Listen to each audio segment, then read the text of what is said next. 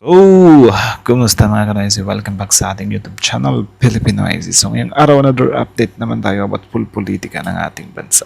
So ang video to is mula naman kaysa yung araw. So meron to pamagat na never in-expect ni Bongo na si FPRD ang maglalaglag sa kanya ngayon? Question mark. So yan yung panonorin natin yan. Bibigyan natin to ng reaction and then ka na rin din bahalang umusga. So bago natin simulan sa yung araw, supportahan nyo yan. Tapos syempre kung trip nyo ng mga ganitong reaction video may kasama kayo manood, huwag nyo na rin kalimutang supportahan yung YouTube channel natin, Filipino Noisy. So mga ka-Noisy, hindi na natin ito patatagalin pa. Simulan na natin. Baka agawin pa ng China. Again, pamagat ng video ito. Never in-expect ni Bongo na si FPRD ang maglalaglag sa kanya ngayon. So ano kaya yan para? Yan yung panonorin natin ngayon. And then, yeah, again, sa yung araw, Filipino Noisy. So, yeah, that's it.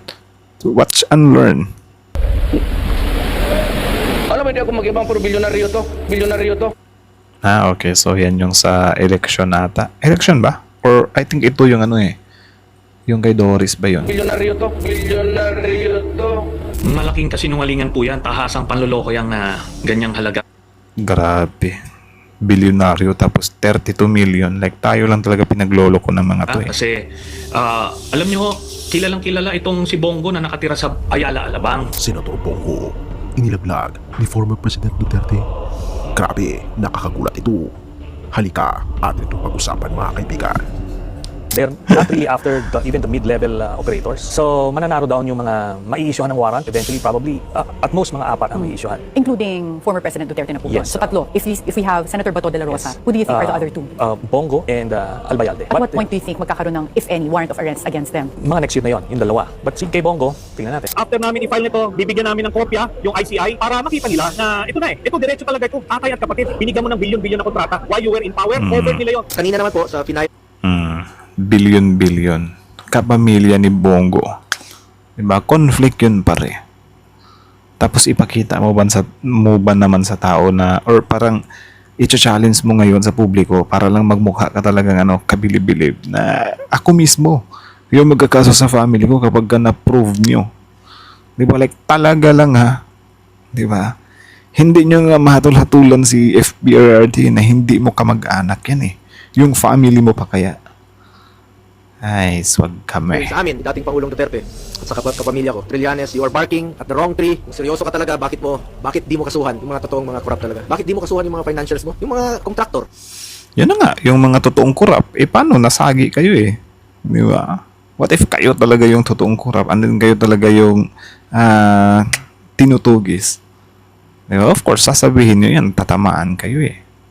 Alam mo yun. Ilang buwan na tayo dito sa pagdidinig sa Senado. Ilang hearings na po. Malabas naman yung totoo. Sino yung mga contractor. Yung talagang may-ari. Sila mismo yung may kontrata. Sila yung mismong kumikita. Sila yung contractor. Sila pa yung congressman. Sila yung habulin mo, Trillanes. Ayaw mo habulin dahil Same nga nung family mo, di ba? nanser mo nga. Ang punto rito, bakit siya nagpuna? Kasi sila talaga yung mastermind. Sila yung nagtayo nitong sindikato na to. Hindi niya ina-address yung issue na bakit nagkaroon ng 200 contracts yung tatay at kapatid niya amounting to 2 billion pesos. Hindi niya ina-address eh. Sige, Grabe. subukan natin na yan ang explanation niya sa ombudsman. Na-rehashed issue na yan. Kaya nga ni-raise natin to ulit dahil hindi naman niya ina-address. Even the first time na ni-raise ko to noong 2021, sinabi ko mismo sa publiko na ganito ang na-find out natin, meron siyang mga bilyong-bilyong anomalous contracts na nabigay sa tatay at kapatid niya, pero sabi ko hindi ko to ipa-file habang nakapwesto sila. At nakapwesto si Martires na nagpo-protect ang interest nila Duterte. O ngayon lang naman siya Di ba? Grabing patience, di ba? Hindi niya ipa-file yan habang nasa pwesto sila. Kasi syempre kapag ka ma-acquit yung mga Duterte na yan nang nasa pwesto pa sila, hindi na pwedeng ulitin ni Trillanes siguro yan. Ay, hindi na ba? Hindi na ba pwedeng ulitin para? Pag-correct me na lang if mali ako. Diba? Na parang if ever, kunyari, yung mga ikakaso ni Trillanes na under administration nila FPRD tapos parang lalabas dyan na ma-acquit, diba, sila Bongo, is hindi na ba yan pwedeng ikaso after ng administration nila? Same case. Comment nga kayo sa baba. Sa pagkakaintindi ko kasi parang hindi na eh. So meaning, nag-iisip itong si Trillanes par. Diba? Na parang, why? Diba? Bakit ngayon?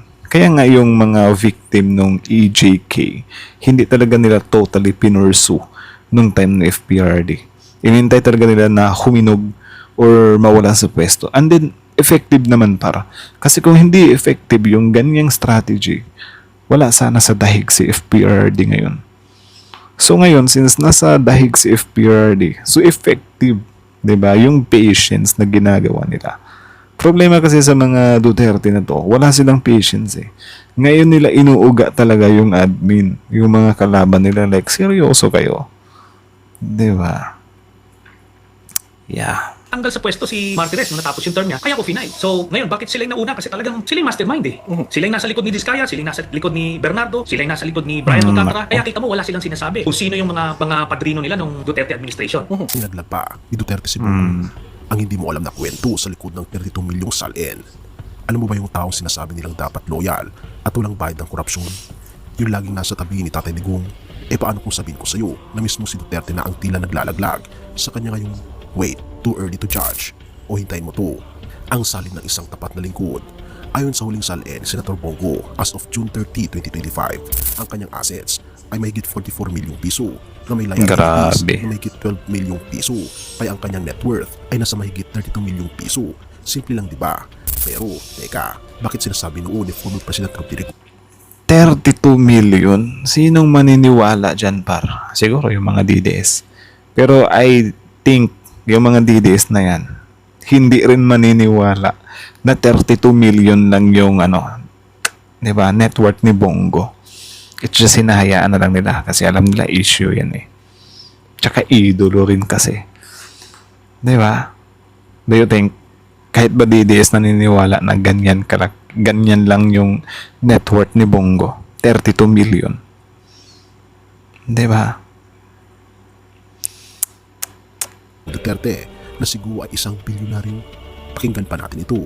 Alam mo, hindi ako mag-ibang bilyonaryo to. Sa totoo lang. Putangin na ba? Tanongin niyo kung sino yan. Ang sabi ni Trillanes, mga kababayan, malaking panluloko at ahasang kasinungalingan ang ginawa ni Bongo. Sa pag-release ni Bongo ng salin, na ang sabi ni Digong noon, bilyonaryo sa Davao si Bongo, pero ang salin niya ay 32 million lang. 2018, sinabi ni Digong noon. So bago si Digong nagsabi doon sa mismong interview ng media na bilyonaryo si Bongo, tanungin ninyo sa Davao, sinong hindi nakakilala kay Bongo? Bilyonaryo yan sa Davao. Tanungin ninyo sinong hindi nakakilala yan sa Davao. Kilala, bilyonaryo yan. Bago Natawa ako sa gayang-gaya niya yung di ba? Yung way of talking niya, FPRD. So, courtesy din kay Kent Garcia, So, yeah, makinig lang tayo par. Kasi, din to eh. ang 2018 bilyonaryo na si Bongo. Pero nakakapagtaka taong bayan at malaking question mark na kung bakit 32 million lang ang salin niya. Take note doon sa salin ni Bongo, wala siyang sasakyan. Kung bilyonaryo nga si Bongo, therefore, saan galing ang pera? Kung hindi naman, bakit tila mismo si Duterte ang nagpalutang ng ideya na mayaman siya? Ito pa ang sinasabi ni dating Senator Trillanes. Ang isang misteryo ay ang kanyang bahay sa Ayala, Alabang. May mga naglalabas ang ulat. May bahay raw si Bongo sa Ayala, Alabang. Hindi basta bahay ha, 4 na palapag, may elevator at aabot daw sa 200 milyong piso ang halaga. No. Pero ang sabi ng kanyang salin, Di ba? Diyan pa lang eh. So, may ebidensya naman na nakaakibat yan par. Ito dapat, di ba? Hindi lang puro intriga. Kaya nga siguro sobrang naiinis, di ba? Si Bongo kay Trillanes kasi may mga resibo si Trillanes pare. Di ba? Kita nyo din yung yung time na si FPRD napikon kay Trillanes. May resibo kasi. Di ba? Siyempre, mauuga yung mga yun eh. Ano ba yung power ng mga kurakot? Pera par. Diba? Yan yung buhay nila. So, meaning, kapag masasagi mo yung yaman nila, mag-iinit talaga yan. Magbibis mode talaga yan. Like sinasabi ko sa iyo. 32 milyong piso lang daw ang net worth niya. Magkano ho ang lote pa lang doon? Tapos malalaki po ang size ng mga lote dyan. Pati yung kanyang bahay na tinayo. 4 floors po yan. 4 na palapag. May elevator pa. Siguro abot po ng kalahating billion yan kung kasama na yung mga muebles, mga appliances at kung ano-ano. Tapos yung sasakyan na lang. Pag nakita nyo, alam nyo naman yung mga kasama natin sa media, sa Senado, yung sinasakyan ng mga auto ni Bongo, ano ba yan? Mga Escalade na SUV na bulletproof. Higit 10 million yan. Isang sasakyan pa lang. Merong mga backup vehicles pa. Tapos hindi ho nagpe-permian sa isang kotse. 'Di ba?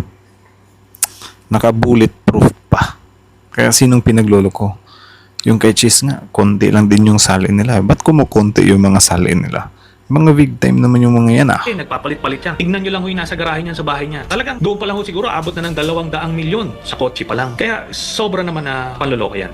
Therefore, paano kung magkakaroon ng bahay na mas mahal pa kaysa sa lahat ng asset mong dineklara? Unless may hindi nakasulat. At ito ang dilema. Matagal nang ipinagtatanggol ni Digong ang kanyang dating alalay. Tinatawag pa niyang bilyonere si Bongo para ipagtanggol o ipahamak ng hindi sinasadya. Sa panahon ngayon, Yun lang. may mga panawagang isailalim si Bongo sa lifestyle check para mapatunayan kung tumaba ang kanyang yaman sa kita. Pero kung malinis ka, bakit hindi niya ito gawin? Therefore, kung ayaw, may dapat bang katakutan? Kung talagang walang tinatago si Bongo, bakit tila mas maraming tanong kaysa sa sagot? At kung mismo si Duterte na ang tila naglalaglag, therefore, baka may gustong ilantad ang dating Pangulo? Ano sa tingin? Babanda din kasi sa kanila siguro. 'Di ba? Kapag ma-prove na billion yung net worth ni Bongo. 'Di ba? Edi syempre parang magkakaroon tuloy ng ng power yung mga salita ni Trillanes. 'Di ba? Parang lilitaw na what if totoo nga yung mga sinasabi ni Trillanes na pinapaboran yung family. 'Di ba? Tapos syempre yun, hindi siya makikiporsyento doon if ever totoo yun. 'Di ba? Na tinulungan niya yung business ng family niya. Diba? Pwedeng makiporsyento siya doon if ever makiporsyento siya. Diba? Yung kaibigan? Pinabulaanan na ito dati ni Bongo na hindi siya isang bilyonaryo. Pero kayo ba ay naniniwala? I am not surprised that your articles are also fake. We can debate now. Tell me where is our lies and I'll tell you where are yours. Alam mo, hindi ako mag-ibang pero bilyonaryo to. Sa totoo lang. Puntakin Davao, tanongin niyo kung sino yan. Puntakin Davao, tanongin niyo kung sino yan. Uy, ito mga ganito. It seems to appear na intervening because of what money? Former Senator Antonio Trillanes has filed a complaint against former President Rodrigo Duterte and Senator Bongo over the awarding of billions of pesos worth of government infra projects to companies owned by Go's relatives. Duterte, kaya hindi niya pwedeng ipagkaila na hindi na impluensyahan ito. Tapos, nung senador na si Bongo, ganun din. Kahit na senador siya pa rin ang nag-a-act as the alter ego of Duterte. Talagang siya pa rin yung special assistant. Kaya ito ay maliwanag na violation sa ating batas at kaya natin siya nakasuhan.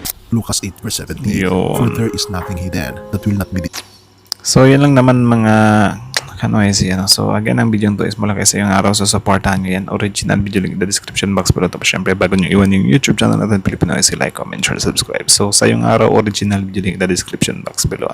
So, kita nyo naman yun par.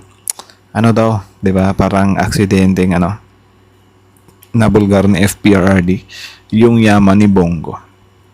So, ang kasi kay FPRRD par, sobrang kasi si FPRRD, like, parang nasanay siya, 'di ba, na sasabihin niya kung ano yung gusto niyang sabihin. So, din niya namamalayan na pwede niya palang ikasama pa 'yon. 'Di ba? Kaya ewan ko, abogado 'yan eh. Abogado ba si FPRD? 'Di ba? Dapat alam niya 'yan par. 'Di ba, na any words na sasabihin mo pwedeng gamitin laban sa iyo. Kasi yun nga, nung tinanong siya na about dun sa pagpapatsugi, di ba, nung war on drugs, is inamin niya kung di ka ba naman sira, di ba? Gagawin ko talaga yun. Di ba? I'll encourage them to fight. Di ba? Para, wala na akong sakit sa ulo. Ayun, inamin. Kaya yan yung isa sa naging bala kung bakit nadala sa dahig yan Kaya yung mga didi, sana naman, di ba? Huwag niyong isisi lahat, di ba? Sa admin kung bakit nadala si FPRRD doon. Kasi meron din siyang dyan meron siyang part dyan kung bakit siya nadala doon. Kasi siya lang din nagbibigay ng reason, ng dahilan. Di ba? Problema kasi sa inyo, lahat ng sasabihin ni FPRRD, ipipick up nyo, papalakpakan nyo, hahangaan nyo, to the point na pwede pala yung gamitin laban sa kanya. Lahat na lang idadaan nyo sa jokes, di ba? Yung yung chuchugiin niya daw yung ibang senador para mapasok yung mga senador niya. Di ba? Lahat yun, tinotolerate nyo. Kaya si FPRRD, nasanay na kung ano yung sasabihin niya. Di ba? Or parang magiging, na siya, praktikalan. Nasanay kayo na walang takot, praktikalan. Ayan tuloy, nasali dito yung 1 billion pesos. Di ba? Or bilyonaryo si Bongo. Tapos ngayon, papakitaan nyo lang kami ng 32 million net worth ni Bongo. Actually, kay FPRRD, parang ganyan lang din Mga 30 million lang din.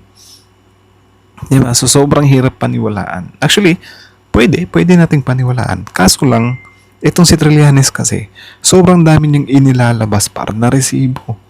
So, may mga resibo. So, anong gagawin namin? Alangan namang hayaan na lang namin. May mga resibo And then yung mga resibo, mga solid talaga. Diba?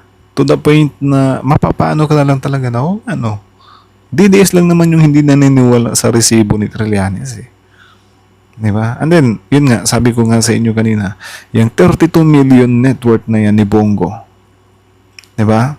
Pupusta ko yung ano ko, for sure, pati mga DDS dyan.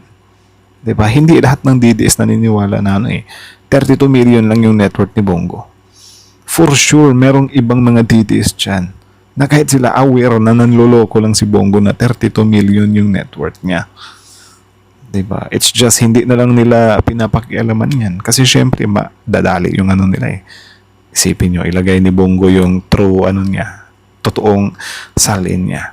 E di, parang binibigyan niya ng katotohanan yung mga binabato ni Trillanes na parang binibigyan mo ng maraming proyekto yung family mo. So sana this 2026 si Bongo naman yung ugain nila. Hanapan nila ng way kung paano nila makita yung mga ginagawang magics, di ba, ni Bongo sa family niya. Kasi hindi naman uusbong niyang mga issue na yan kung walang basihan yan eh. Actually, meron na nga, nag-file na nga si Trillanes, di ba?